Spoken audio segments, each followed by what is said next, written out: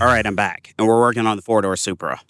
All right, I'm back, and if you haven't noticed, I'm sitting outside of my E60 because, as is typical for this channel and for this series, everything went wrong again. So, like, last video I talked about, like, how we had kind of, like, closed the book on brake issues with this car, and then, like, I don't know, everything just started to like, go wrong.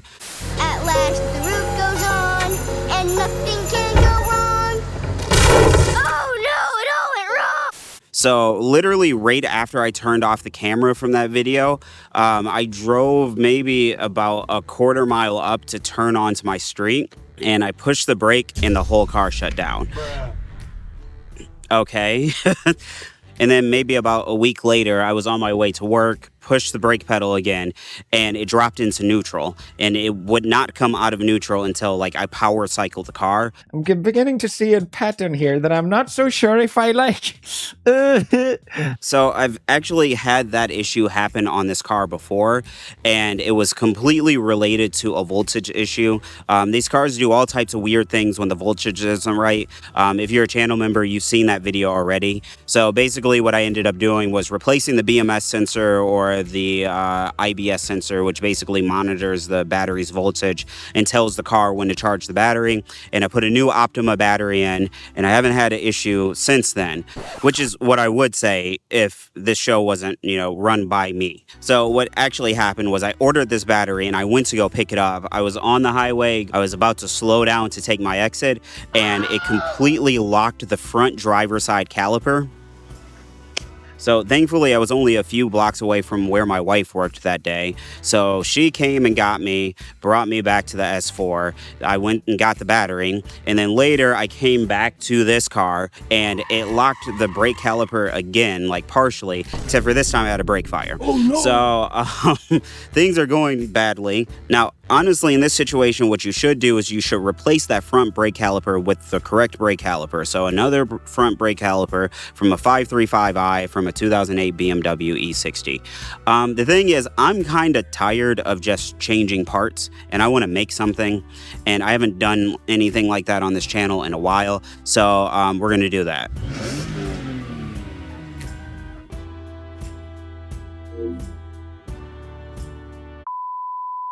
So this is a 18Z brake caliper from a Porsche Touareg or a VW Cayenne or an Audi Urus or something. And yes, before everybody goes crazy in the comments, yes, I know I pulled this from a Porsche Cayenne Turbo. And so I want to see if I can get these on the front of my E60. I haven't seen a kit for these, not surprising. For those of you who know, I have the other 5 Series, and this 5 Series is kind of becoming the same thing, where it's like nobody has support for these cars. It's almost like the 5 Series is always the forgotten car in BMW's lineup, but not to me. I shall call him Squishy, and he shall be mine, and he shall be my Squishy. Come here, Squishy. Come here, little Squishy. Hey,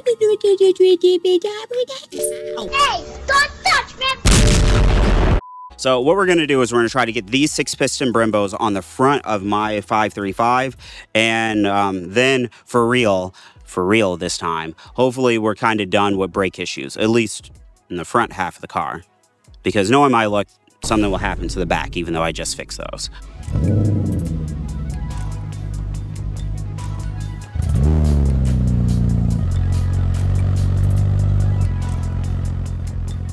All right, so I got the wheel off. What I'm going to do before I kind of take everything off is I'm going to try to use the 3D scanner to scan everything in here, just so that I know where everything is. Because I'm going to try to make these adapters in CAD, and it'll be nice to be able to reference how things originally looked. I know when I made this original 3D scanner video, especially on TikTok for some reason, but there were a few people on YouTube, thought this was a sponsored video, this was a sponsored item. No, it wasn't. I purchased this with my own money. Creality has no idea that I'm making this video, and they probably don't care I'm making this video, let's be honest. Ain't nobody coming to see you, Otis. And it's kind of the same thing with this video. Nothing in this video is sponsored. And then for all the people who were saying that this thing is junk and this thing does not produce a scan at all, you plug it into your computer and it just doesn't work. That's not been my experience, and I guess we will see if that's still my experience now. So I guess let's get to it.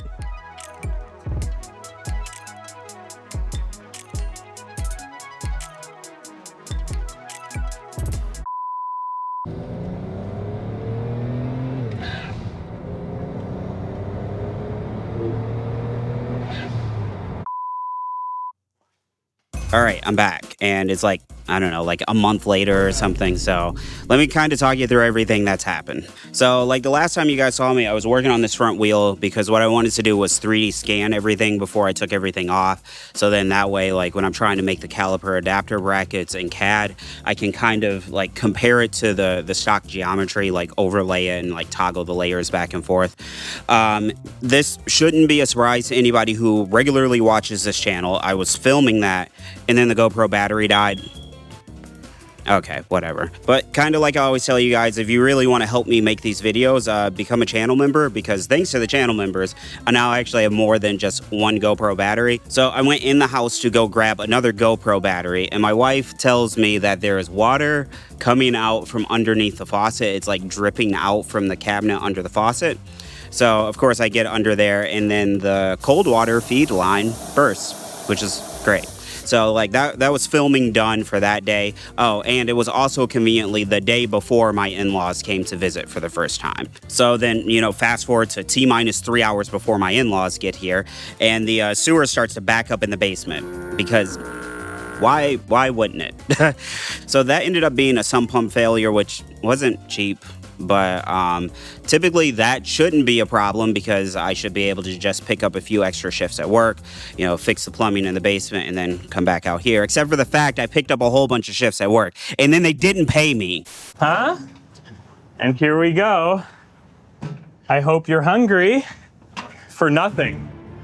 So that kind of like left me in a position where like I didn't really have time to play around with this, because I was working all those extra shifts I thought I was going to be paid for. And then after that, I then wasn't being paid. And so like while all of that craziness is going on, I'm like still working on getting this caliper on this car. I didn't film a whole lot just because like my life has been so hectic and so many things have been going on. Honestly, a lot of the times I've just kind of forgotten. But as you will see, that's not really a problem, because when I looked on CAD, I could not get this rotor to go onto that knuckle without there being some type of like intersection or clipping or something being in the way. And so to make sure like I just wasn't being an idiot, I actually bought another knuckle. The knuckle, while there are some parts on this car that are specific to the 535, this is shared with a few other cars. This is from a 550, and I bought it for like, I don't know, $35. And tried to use CAD, not computer CAD, cardboard aided design, to see if I could get, you know, this brake caliper over here to go onto this knuckle. Ultimately, it just didn't work. The problem is this structure here interferes with the ears on this caliper, which is probably why when you see people make caliper kits with the 18Z Brembo for BMWs, so like E46s, I've seen them for E90s, but what you'll often see is they will cut these ears off and then will give you a new mounting provision. I've always kind of like wondered why they do that, but apparently there's the answer to my question. But just because that didn't work doesn't mean that I'm going to give up on trying to get Brembos on this car. So these are, or I guess this is one set, the other one's in the house. So these are a set of calipers for a BMW M340i, a 2021. I got these for, I don't know, like $450 plus shipping. The important thing about these is that they have the same, or at least a similar enough rotor diameter as my E60 535. And then on top of that, the mounting provision, or the mounting ears, the mounting pattern, whatever you want to call it, this is exactly the same as the E60. So this should be a fairly bolt-on affair. So my original plan with these was to get these like all stripped and powder coated and looking pretty and do like all the YouTuber flexy type stuff, right? And then I remembered I'm not a real YouTuber. I'm just some dude with a YouTube channel, some dude that has terribly unfortunate luck. So they did eventually pay me. Like, yes, I got paid. I fixed the plumbing in the basement. I fixed the dryer, which was a surprise to me, because once I had plumbing in the basement, the dryer decided to stop working. And then to like top it all off, I went out to the S4 right before I made the bike time video, went to start it, nothing. Okay, I don't know why the S4 won't start. It's acting as if the starter is out again, which is kind of crazy because I just put a starter in that car like in February. So, I don't know. So it's just kind of frustrating because that's now put me back in a position where I need to fix this car and transition back to this car as a daily driver, because the car of inconvenience has done the things that the car of inconvenience does. So the plan now is to basically just see if I can get these on the car, because I really need to get to work tomorrow and I don't really want to drive the Beetle. And then I guess like in the future, what I'll see is about like getting these powder coated, getting better rotors on it, better brake pads, and maybe even some Brembos for the rear. I haven't really seen people retrofit Brembos to the rear of these cars. So that might be like a complete upgrade in the future to get Brembos on the rear and get them all powder coated at the same time. But like I said, it's not really worth trying to like plan that far ahead because life finds a way. So let's just try to solve this one problem and then kind of go from there.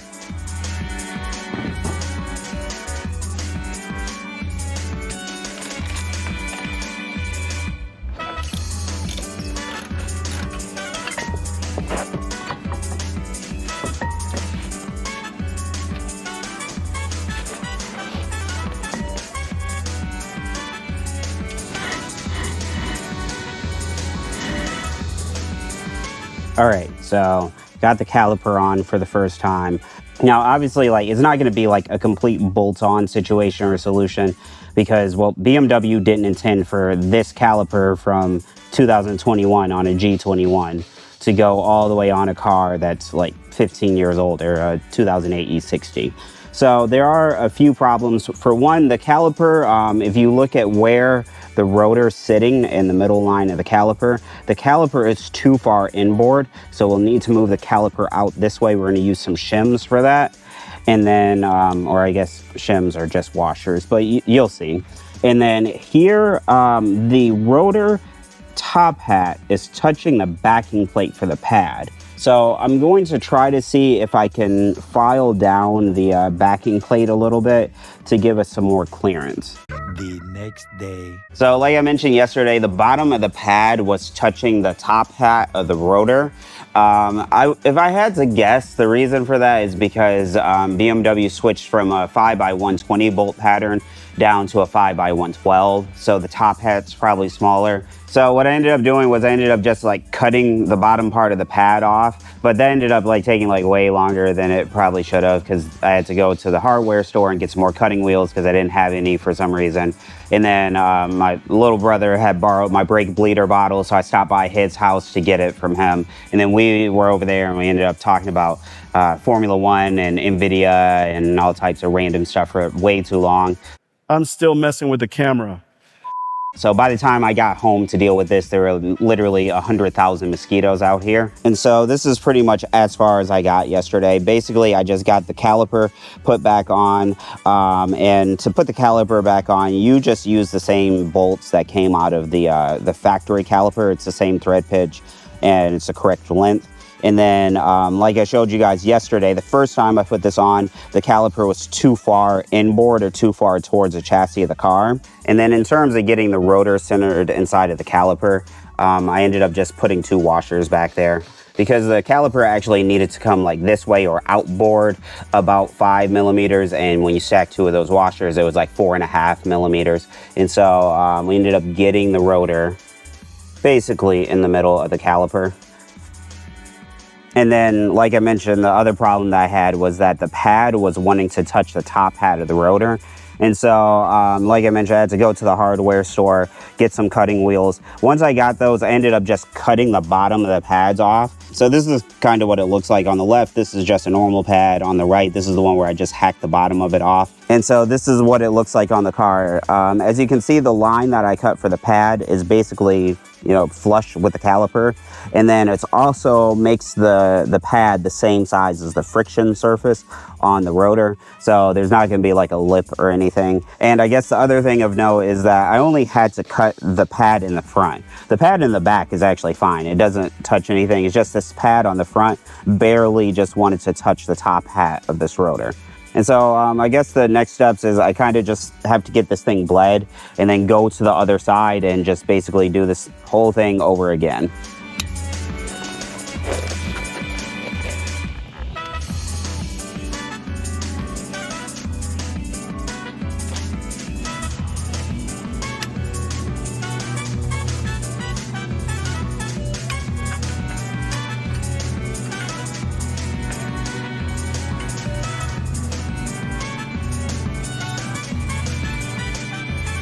All right, so basically like half done, driver's side completely done, bled and everything. Now I got to do that passenger side. So hopefully I don't have to be out here for too much longer. It's like 90 degrees. I have so much dirt on me. I look like a freaking coal miner. But the second half of the install usually goes faster because, you know, I understand it now. Okay, I understand it now. I understand it now.